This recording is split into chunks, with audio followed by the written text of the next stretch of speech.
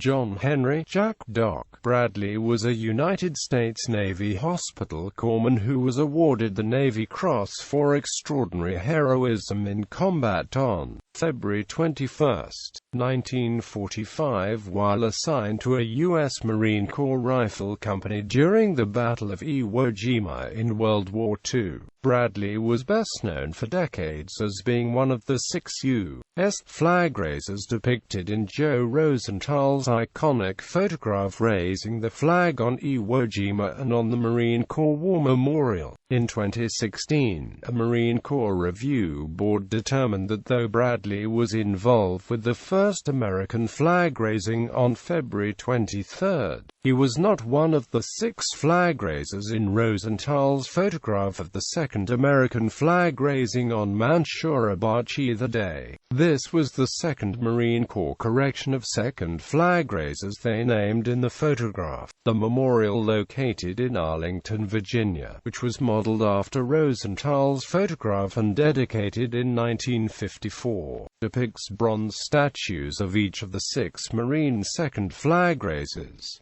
Early years. Born John Henry Bradley in Antigua, Wisconsin, to James and Catherine Bradley, he was the second of 5 children. He grew up in Appleton, Wisconsin, graduating from Appleton Senior High School in 1941. He reportedly had an interest in entering the funeral business from an early age, and completed an 18-month apprenticeship course with a local funeral director before he entered military service. U.S. Navy. Bradley enlisted the U.S. Navy on January 13, 1943 when his father suggested it as a way to avoid ground combat. Following his completion of Navy recruit training at the Farragut Naval Training Station at Bayview, Idaho, he was assigned to the Hospital Corps School at Farragut, Idaho in March 1943.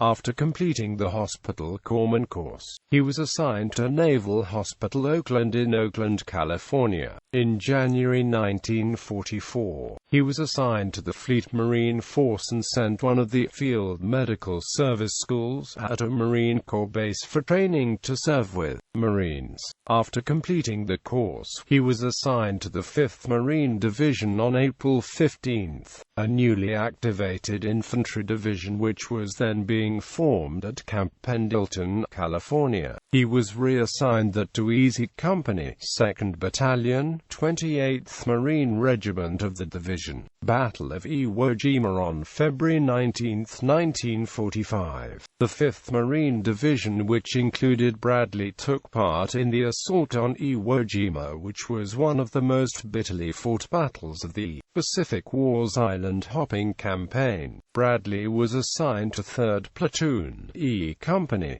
2nd Battalion, 28th Marines before and when they landed on the beach with the 9th Wave of Assault Marines at the south end of Iwo Jima near Mount Shurabachi. After Bradley and PHM-3C, Clifford Langley, the other E Company corpsman assigned to 3rd Platoon, aided American casualties on the beach, they continued on with the company as the 2nd Battalion, 28th Marines advanced towards Mount Shurabachi, which was their objective on the southwest end of the island. On February 21, Bradley risked his life under fire to save the life of a Marine at the base of the mountain who was caught in the open under heavy Japanese fire, while still under and exposed to enemy fire, and in order to save the lives of other Marines who were willing to expose themselves under fire to bring back the wounded Marine, Bradley brought the wounded Marine to safety himself. He was awarded the Navy Cross for his actions. First flag raising. At 8 a.m. on February 23, Bradley and Navy corpsman PHM-2C, Gerald Z.M., were part of the 40-man combat patrol that was sent to climb up the east slope of Mount Shurabachi to seize and occupy the crest. E Company's executive officer, First Lieutenant Harold Schrey, who volunteered to lead the patrol, was to raise an American flag to signal that the mountaintop was captured. Lt. Schreier and his men reached the top after a small number of Japanese sniper shots. Then there was brief skirmish at the rim of the crater. On top, the Marines found a steel pipe to attach the flag onto. The flagstaff was taken to the highest position on the crater. Schreier, Platoon Sergeant Ernest Thomas and Sergeant Henry Hansen raised the flag, planting the steel pipe into the ground approximately 10:20 a.m. Seeing the raising of the national colors immediately caused loud cheering from the Marines, sailors, and Coast Guardsmen on the beach below and from the men on the ships near the beach. After the flag was raised, Bradley, who was with the group of Marines near the flagstaff, pitched in to help the flagstaff stay vertical in the terrific winds on the volcano. Second flag raising. In order for the American flag to be seen more easily from the ship's beaches and land off and around Mount Shuribachi, it was decided that another larger flag should be flown on Mount Shuribachi. Marine Sergeant Michael Strank, a squad leader from 2nd Platoon E Company, was ordered to ascend Mount Shuribachi with 3 Marines from his squad and raise the replacement flag. He then ordered Corporal Harlan Block PFC, Ira Hayes, and PFC Franklin Sousley to go with him up Shuribachi. PFC Rene Gagnon, the company's runner, was ordered to take the replacement flag up the mountain and return with the first flag that was flying on top. Once all 5 Marines were on top, another pipe was found and the replacement flag was attached to it. At approximately 1 p.m. Lt. Schreier ordered the raising of the replacement flag and the lowering of the original flag. The flag was raised by Strank, Block, Hayes, and Sousley, Gagnon, and PFC Harold Schultz in order to keep the second flagstaff in a vertical position. Rocks were immediately added to the base of the flagstaff, and then a rope was tied to it which was staked to the ground in 3 places. On March 12, Bradley and 3 other Marines received shrapnel wounds from an enemy mortar round explosion. All 4 were quickly attended to by other corpsmen. Bradley was wounded in the legs and feet and was evacuated from the combat zone to the Battalion Aid Station Field Hospital and was flown to Guam, Hawaii, and Oakland Naval Hospital. He was awarded the Purple Heart Medal. On March 14, General Holland Smith ordered an American flag raised at Katano Point on the northern end of the island, and the flag flying on the summit of Mount Shuribachi be taken down. The Battle of Iwo Jima was officially over on March 26.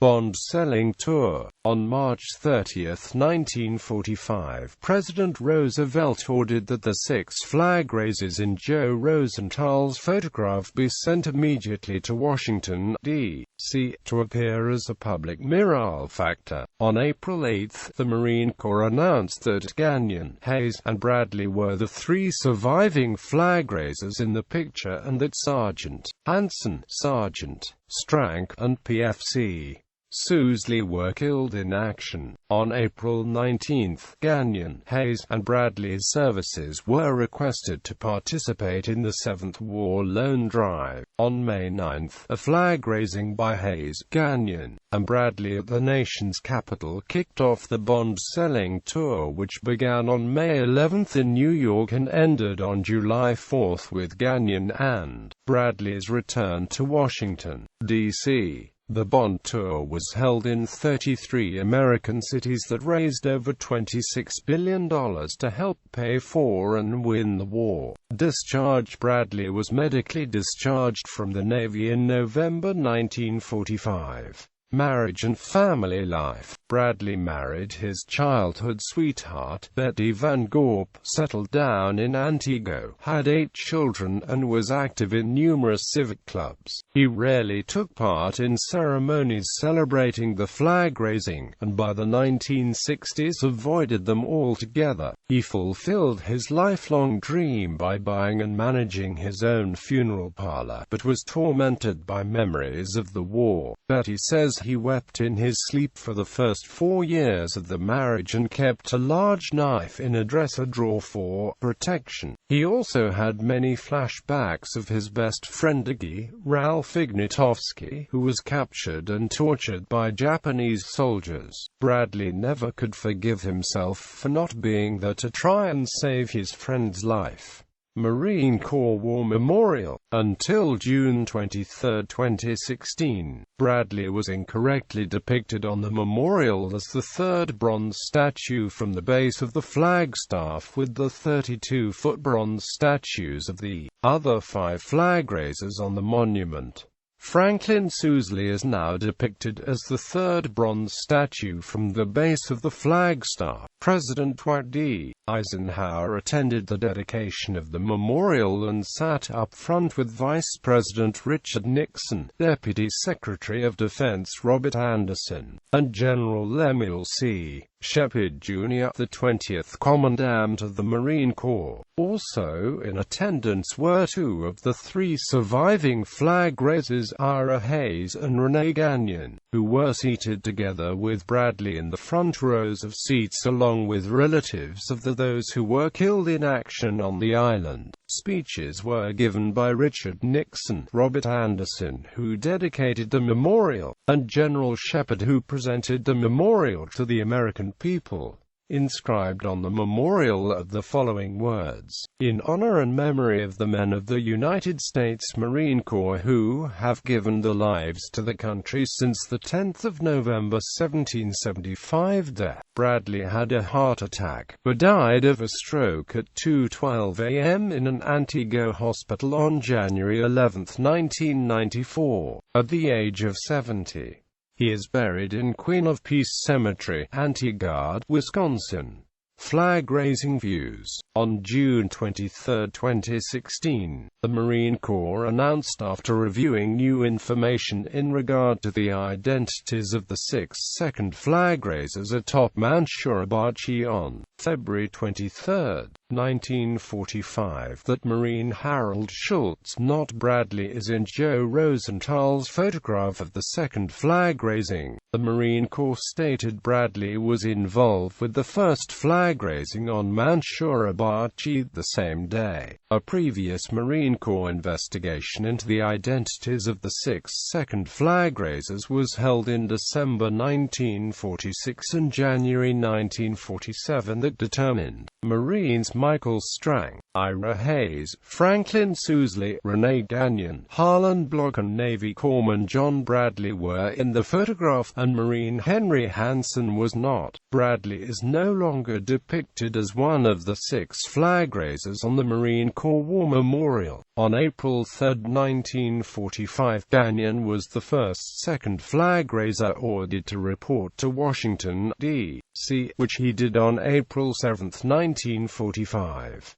On April 8, after Gagnon was interviewed by a lieutenant colonel about who the second flag raisers were, the Marine Corps incorrectly named Bradley publicly as one of the flag raisers. While Bradley was recovering from his wounds at the Naval Hospital Oakland after the battle, he was shown the famous flag-raising photograph which appeared in the newspapers and was told he was in it. Bradley was then ordered to Washington, D.C. He arrived in Washington as did Ira Hayes around April 19, on crutches. Both were interviewed by the same Lt. Colonel on who the flag raisers were in the photograph. Bradley agreed with Gagnon and his naming Hansen and him as flag raisers. Hayes also named Bradley, and claims he told the interviewer in charge, who was the same Lt.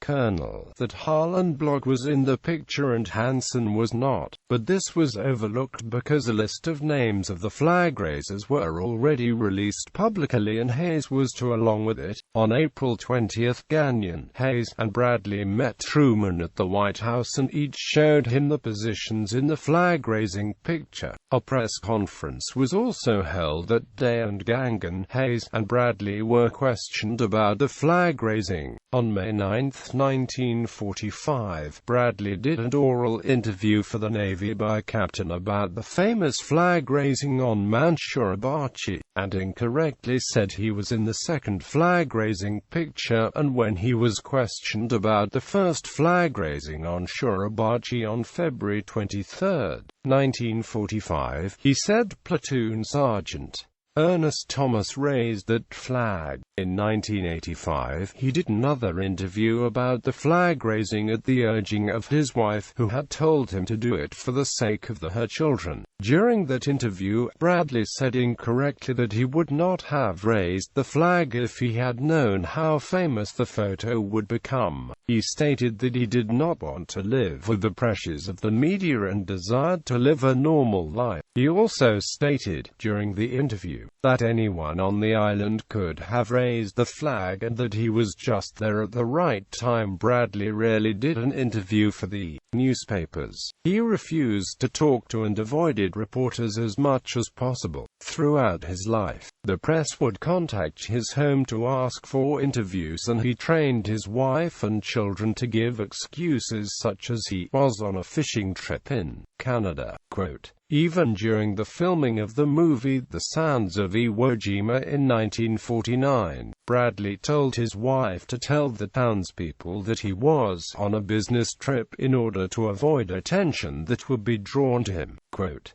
despite his reluctance to talk to the media, family, and friends about the incident, he incorrectly told his parents in a letter shortly after the battle that raising the flag was the happiest moment of my life. Quote, Bradley saw the flag raising as an insignificant event in a devastating battle. He rarely talked to people about it and spent most of his life trying to escape the attention he drew from allegedly raising it. He stating once that he just happened to be there.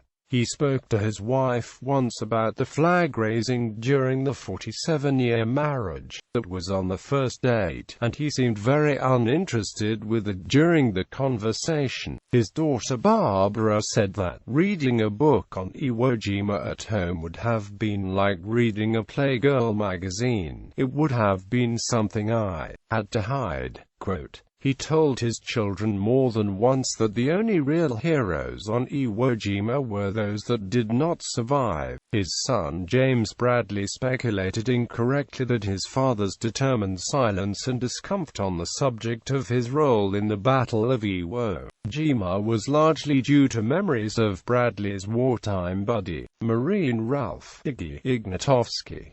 In his own words, and only once, he briefly told his son what happened with Iggy. I have tried so hard to block this out, to forget it. We could choose a buddy to go in with. My buddy was a guy from Milwaukee. We were pinned down in one area. Someone elsewhere fell injured and I ran to help out, and when I came back my buddy was gone. I couldn't figure out where he was. I could see all around, but he wasn't there. And nobody knew where he was. A few days later someone yelled that they'd found his body. They called me over because I was a corpsman. The Japanese had pulled him underground and tortured him. His fingernails, his tongue. It was absolutely terrible. I've tried hard to forget all this. Official reports revealed Ignatowski was captured, dragged into a tunnel by Japanese soldiers during the battle, and was later found with his eyes, ears, fingernails, and tongue removed, his teeth smashed, the back of his head caved in, multiple bayonet wounds to the abdomen, and his arms broken. Bradley's recollections of discovering and taking care of Ignatowski's remains haunted him until his death, and he suffered for many years from post-traumatic stress disorder. Military awards. Bradley's military decorations and awards include Navy Cross, Purple Heart in Medal, Combat Action Ribbon, Navy Presidential Unit Citation, Navy Good Conduct Medal, American Campaign Medal, Asiatic Pacific Campaign Medal with FMF Combat Operations Insignia and 3/16 Bronze Star.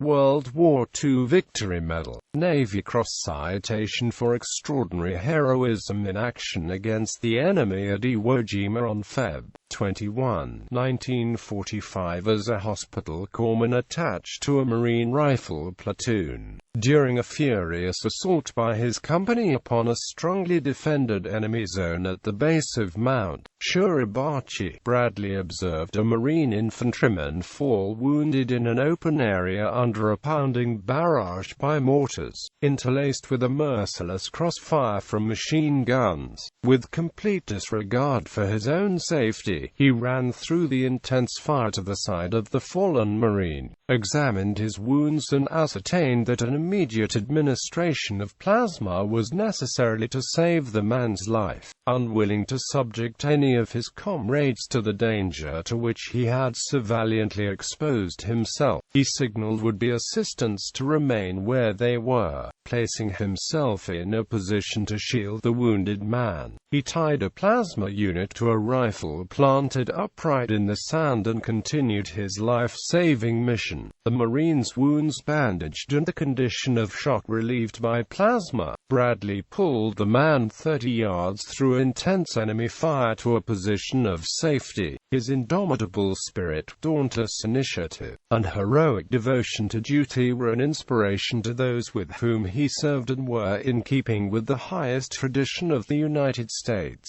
Naval Service. Movie part and portrayals.